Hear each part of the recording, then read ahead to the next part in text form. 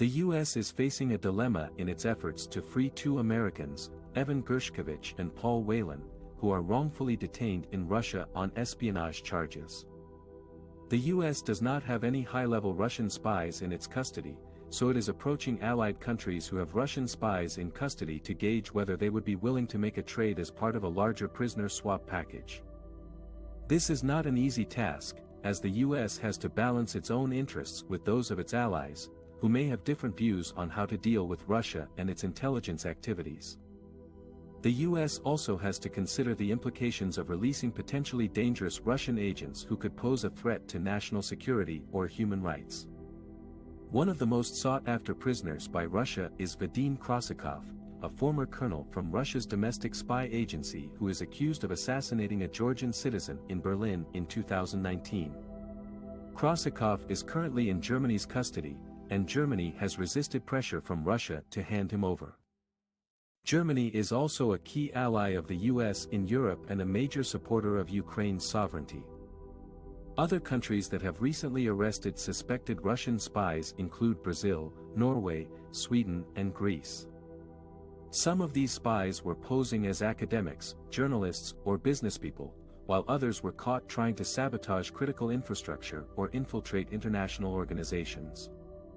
The U.S. has been in contact with these countries to discuss the possibility of including them in any potential prisoner swaps. However, there is no guarantee that Russia will agree to release Gershkovich and Whelan even if the U.S. manages to secure some high-value Russians for exchange. Russia has shown little interest in engaging with the U.S. on this issue, and has repeatedly denied any wrongdoing by its agents. Russia may also demand more concessions from the U.S., such as sanctions relief or recognition of its annexation of Crimea. The U.S. is determined to bring home its citizens who are unjustly imprisoned by Russia, but it also faces a complex and challenging diplomatic situation that requires creativity and cooperation from its allies. The U.S. hopes that by offering Russia a fair and comprehensive deal, it can persuade Moscow to end its hostage-taking and respect the rule of law. One of the possible ways that the White House is trying to reconcile with Moscow over the detention of two Americans is by exploring narrow sanctions relief. This means that the U.S. could ease some of the economic and diplomatic pressure that it has imposed on Russia for its actions in Ukraine, Syria, and other regions. By doing so, the White House hopes to create an incentive for Russia to release the U.S. prisoners, who have been held on dubious charges for months. However, this option is not without risks and challenges. The U.S. would have to balance its interests and values with its desire to free its citizens. It would also have to coordinate with its allies and partners, who may have different views on how to deal with Russia. Moreover, it would have to ensure that any sanctions relief is reversible and conditional on Russia's compliance with its obligations.